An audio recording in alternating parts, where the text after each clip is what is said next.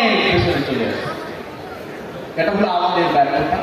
প্রিয় উপস্থিতি, ইসলামী ছাত্র শিবির চাই সেই অন্তত আমরা আমাদের জাতিগত এই জায়গায় মুসলিম উম্মার যুবকরা এই জায়গায় নতুন কোনো কিছু করুক, বিজ্ঞানের এই জায়গায় ভূমিকা রাখুক, এটা ইসলামী ছাত্র শিবির চাই। প্রিয় উপস্থিতি, যারা অনেক দূর থেকে এসেছেন সবার অনুরোধ জানাতে চাই, আমরা এমন একটি প্রজন্ম সৃষ্টি করতে চাই যে প্রজন্ম বিজ্ঞান মনস্ক হবে, যে প্রজন্ম ঠিক একসাথে নৈতিকতা সমন্বয়ে একটি নতুন জাতি গঠনের স্বপ্ন দেখবে। ইসলামী ছাত্র শিবির এরকম একটি প্রজন্ম সৃষ্টির জন্য চেষ্টা করে যাচ্ছে। আমরা দেখতে পাই বা আমাদের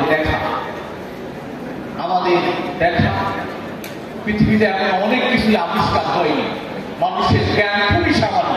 কুরআনের বক্তব্য হলো ওমা উতিতুম মিনাল ইলমি ইল্লা কলিলা, আমি খুবই সামান্য জ্ঞান মানুষকে দান করি, খুবই অল্প জ্ঞানে মানুষকে দেওয়া হয়েছে। এর ভিতরে মানুষ যে আবিষ্কার করেছে, এই আবিষ্কার যখন আমাদের গালিব ভাই যখন বলতেছিল বিজ্ঞানের নৈতিকতার ব্যাপারে, আমি একটা বিষয় আমার মনে হয় বিজ্ঞানীরা যখন নৈতিকতাকে বিসর্জন দিয়েছে তখন হিরোশিমা নাগাসাকির জন্ম হয়েছে। বিজ্ঞানের কোনো দোষ নেই। বিজ্ঞানীরা যখন নৈতিকতাকে বিসর্জন দিয়েছে তখন গাজার মতো জায়গায় হিরোশিমা নাগাসাকির চাইতে শত শত গুণ বেশি বোমা করে পুরো প্যালেস্টাইনকে ধ্বংস করে ফেলা হয়েছে।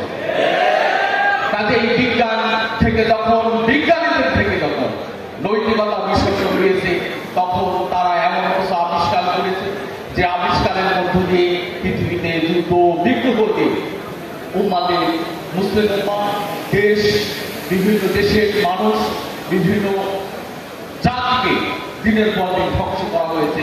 ইসলামী ছাত্র শিবির চাই তার ব্যতিক্রম। ইসলামী ছাত্র শিবির চাই নৈতিকতা, ইসলামী ছাত্র শিবির চাই সমৃদ্ধি, ইসলামী ছাত্র শিবির চাই আমাদের প্রজন্ম এমনভাবে গড়ে উঠুক, বিজ্ঞান মনস্ক হবে এবং তারা ইসলামকে, ধর্মকে মূল করার মধ্য দিয়ে তারা সামনে দিকে এগিয়ে। আজকে যারা দেশে আসছেন, আমি প্রিয় যারা পার্টিসিপেন্ট আছেন, ডেলিগেট আছেন, তাদেরকে বলতে চাই আমরা আজকে খুদে আছি, আমরা এটা প্রমাণ করতে চাই বাংলাদেশ সরকার যেটা পারেনি বিগত দিনে আমাদের যে শাসন ব্যবস্থা ছিল, সেই শাসন ব্যবস্থা শিক্ষার নানা ত্রুটি হওয়ার কারণে আমরা যে প্রজন্ম আকাঙ্ক্ষা করেছি সেই প্রজন্ম এখন আমরা না পেলেও আমরা বিশ্বাস করি ইসলামী ছাত্র শিবির এই জাতিকে এমন একটি প্রজন্ম দিতে চাই যেটা কোন সরকার কখনো কোনো সময় পারেনি। ইসলামী ছাত্র শিবির কি তার চাওয়া কি সেটাকে আমরা জানি। আজকে যারা দূরান্ত থেকে বিভিন্ন জায়গা থেকে এই ফেস্টে, সায়েন্স ফেস্টে উপস্থিত হয়েছেন, সবাইকে অসংখ্য মৌরুকত জানাচ্ছি।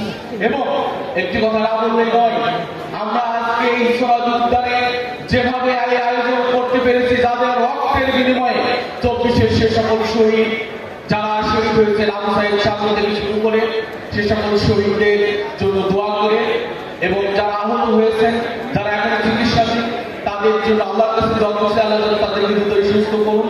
এবং যারা এই আন্দোলনে শরীক হয়ে অসংখ্য ত্যাগ তিতিক্ষার প্রমাণ রেখেছে, তাদের জন্য দোয়া করে ইসলামী ছাত্র শিবিরের আল্লাহ ইসলাম সায়েন্স ফেস্টের উদ্বোধন ঘোষণা করছি।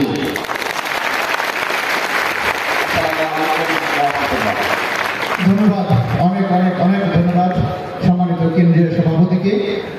উদ্বোধন